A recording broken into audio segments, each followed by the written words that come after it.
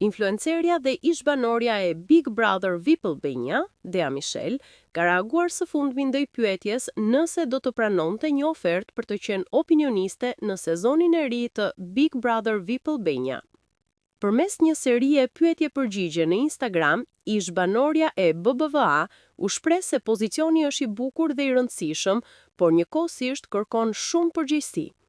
Është një pozicion shumë i bukur në një format shumë të bukur dhe të ndjekur, por është përgjegjësi e madhe të japësh opinione për veprimet e disa njerëzve të cilët ti i shikon vetëm nga ekrani, shkruan Dea.